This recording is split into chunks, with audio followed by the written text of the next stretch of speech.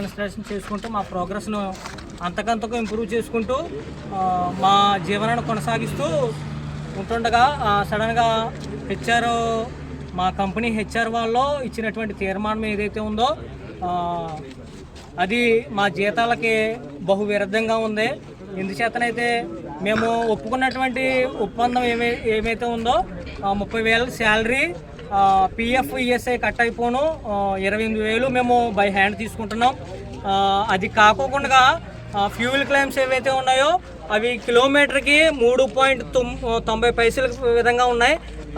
వాటికి మేము ఒప్పందం చేసుకుని మేము పనిచేస్తూ ఉంటుండగా మాకు గత ఒక వారం నుంచి వచ్చినటువంటి నోటిఫికేషన్ ఏదైతే ఉందో అది మాకు మా జీవనానికి బహు విరుద్ధంగా ఉంది. దీన్ని మేము ఖండిస్తూ ఉన్నాం. 30,000 రూపాయలు శాలరీ తీసుకున్నటువంటి ఒక ఇన్స్టాలరు, ఒక 15,000 రూపాయలు శాలరీ తీసుకుంటున్నటువంటి ఒక హెల్పరు పూర్తిగా దీనికి ఆపద గురయ్యేటువంటి పరిస్థితి మాకు కనబడుతూ ఉంది. మేము పూర్తిగా నష్టపోయాం.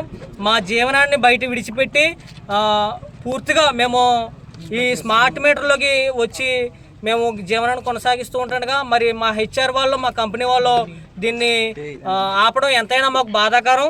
దీన్ని మేము ఖండిస్తూ ఉన్నాం.